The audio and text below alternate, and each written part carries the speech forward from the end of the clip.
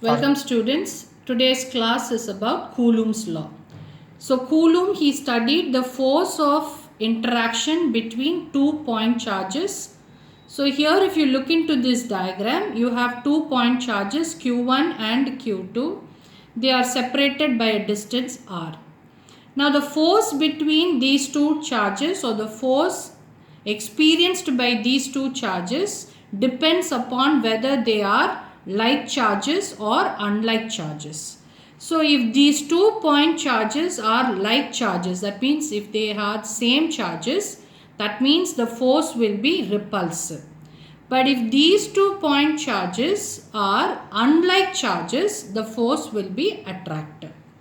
So Coulomb stated that the force between these two charges is directly proportional to the magnitude of these two charges. What do you mean by magnitude? The values of these two charges. That is the value of Q1 and the value of Q2. And it is inversely proportional to the square of the distance between those 2-point charges. So R is the distance. So if I need to remove the proportionality sign, I have to introduce a constant. So I have introduced K, which is called as a proportionality constant. So F is equal to K into Q1 Q2 by R squared. Now the value of K being a constant is 1 by 4 pi epsilon naught Q1 Q2 by R squared, where epsilon naught is called the permittivity of free space.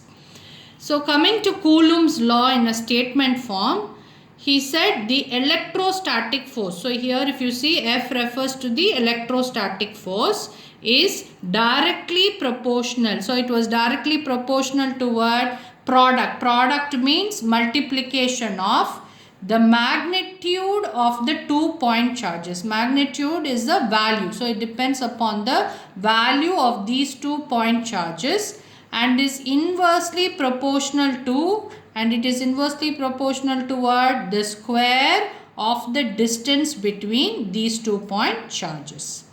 Now next one is we need to learn about Coulomb's law in the vector form. We all know that the force is a vector quantity. What do you mean by it's a vector quantity? It has got direction. So we are going to study in what direction it will be. So now in this case, I am going to find the force on this charge Q2 because of Q1. So imagine I have 2-point charges Q1 and Q2. What is my thought here? I am going to find what is the force on this charge Q2 because of Q1. So you see that these two are like charges. So how will the force be? It will be a repulsive force. So it is in this direction. So when it is in this direction, how do I notify this force here? Whenever I write force, I must think about two words, on and by. So I am going to find the force on which charge? On the charge Q2. By which charge? By the charge Q1. So I am writing F21 vector. Now the direction of this will be from Q1 to Q2. So that is what we write it as R. What is R12 cap? It is a unit vector. So it is in the direction of Q1 to Q2. So R12 cap refers to the direction from 1 to 2. F21 refers to the force on Q2 because of Q1. So we write F21 vector is equal to 1 by 4 pi epsilon naught Q1 Q2 by R squared R12 cap. What is R12 cap? It is the unit vector from 1 to 2. So now let's see the statement. Coulomb's law in the vector form. So the force on the point charge. Which point charge did we study? Q2.